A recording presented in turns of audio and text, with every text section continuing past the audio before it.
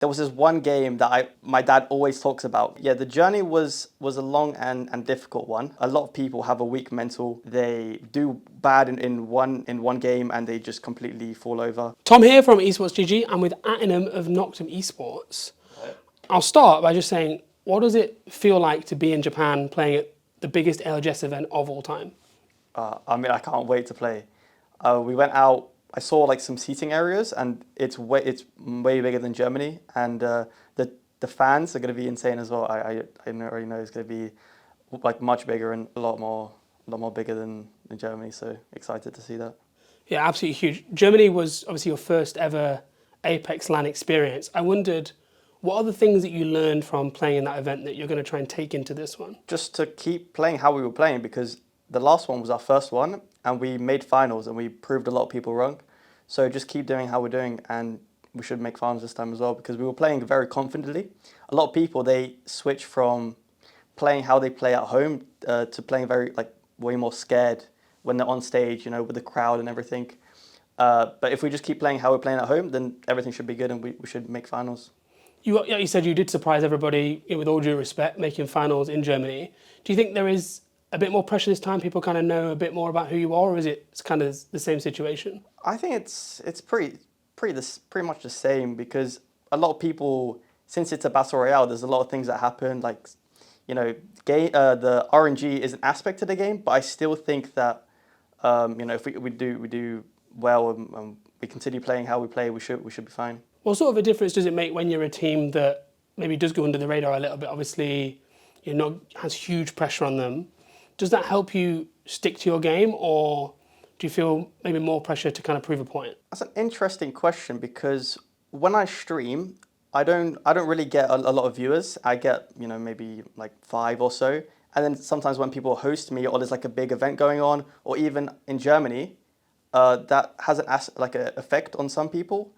That doesn't have that much of an effect on me. And I think that's what makes us so good, because we don't really feel like the crowd, the influence. It doesn't negatively affect us, because that's what happens with some people. I feel like with some teams, the crowd and the noise and everything like has a negative impact on their game.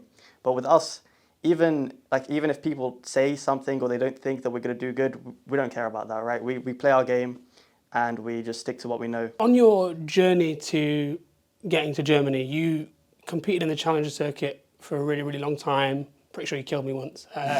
Not going to let you forget that. You've kind of grinded your way up all the way through the different levels of Apex. Obviously, make it to the Pro League, make it to LAN, now making it to the top of Apex at the Champs.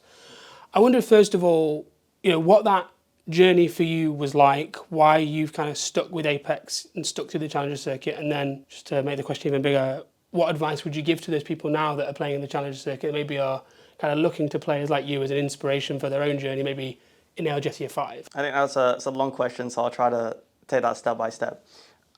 So the journey was a long and difficult one. That's for sure. There's a lot of hardships, but I mean, it won't be a journey without those hardships. There's always going to be some up and downs. I kept with it because I knew how good I was. Like, regardless of the results, regardless of what happened, there was I had some teams where I didn't perform how I wanted to perform or hoped, but I knew I believed in my individual ability, because this team is very new, and so we're very new as in like a team as together, and very new to comp as a game. I've always believed in myself, and that's why I just kept on going, because I knew how far I could get. For a word of advice to other people is just to play as a team. I'm not saying, focus on yourself, because I think it definitely is a team game. Like, no matter how you spin it, it's a team game. Sometimes it is a team game, but as we see, there's roster swaps going on all the time. So sometimes you do have to put yourself forward. You do have to prioritize yourself, and you got to know how. I think mentality actually is the most important part. A lot of people have a weak mental. They do bad in one game, and they just completely fall over. The mentality, having a strong mental, is what really makes a player, because you can't have you will always have a bad game. It's about how that bad game affects you. If it doesn't affect you, or if it does. And if it doesn't, then I think that's what makes you a strong player. Very, very, very good advice that I think lots of people will want to use. You're here playing for Noctem, obviously an organisation very sort of grassroots, very community focused. You obviously got your, event exclusive merchandise. I wondered, what is it like having the support of an organisation like that? And for maybe people that aren't hugely familiar with Noctem, what is it like as an organisation to be a part of? Oh, it's great. It's like a huge family, to be honest, because we have a streaming team. We have there's a COD. We have a COD team as well, and we all support each other. Like you'll see in my chat, there's some people coming in and stopping by and having a chat. So it's just like a big community, to be honest. And what sort of a difference does it make when you're at an event and you do have the backing of an organisation? When you've got the jerseys, you've got people cheering for you. Is that an extra motivator for you? It just makes things more professional, is what I would say. Like when we were in Germany, we had a cameraman behind us, and it just made things way more professional. Yeah, no, that makes sense. And then I wanted to ask you a few questions because you're pretty new to the top level of Apex, and I think not everybody's going to know everything about you. So I'm going to do some quick fire, get to know you questions.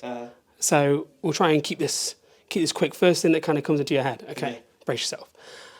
Earliest gaming memory? I know it was a quick fire question, but there was this one game that my dad always talks about when I was. I'll make it a story because it is. That's fine. So, yeah, my dad always told me that he knew when I was 4 years old, I would beat my dad in this game. It was a shooters game. I wasn't supposed to be playing it. It was like an 18+ game, but we were. Won't tell anyone. Yeah, just us two.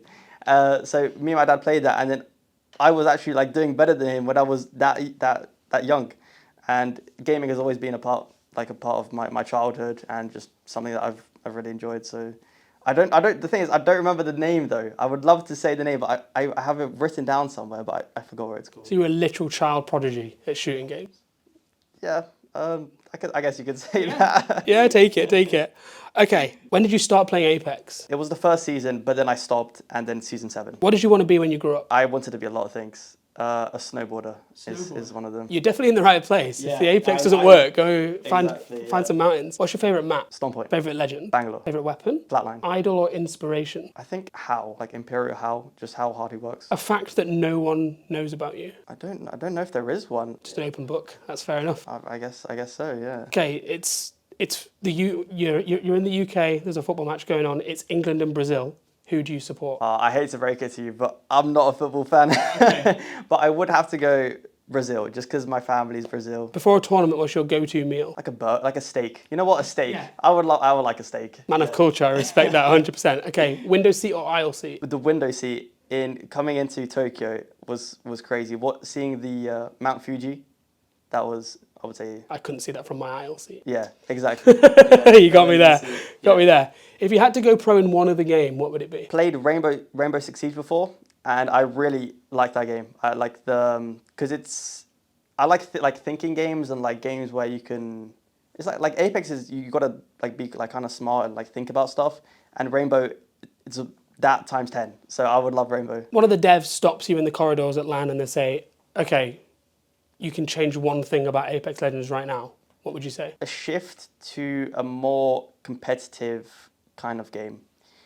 Yeah, I think if they one thing that they could do is implement CC into the actual game. If they implemented that into the actual game, then I think that would be a big boost. Heard it here first. If that happens, credit to you. Oh, me. And then last question, who's going to win champs? It's got to be us. I mean, that's the only right answer. Exactly. Anyone could win, and we could win, Thank you so much for your time. Thank you very much, Tom. Good luck for the rest of the tournament.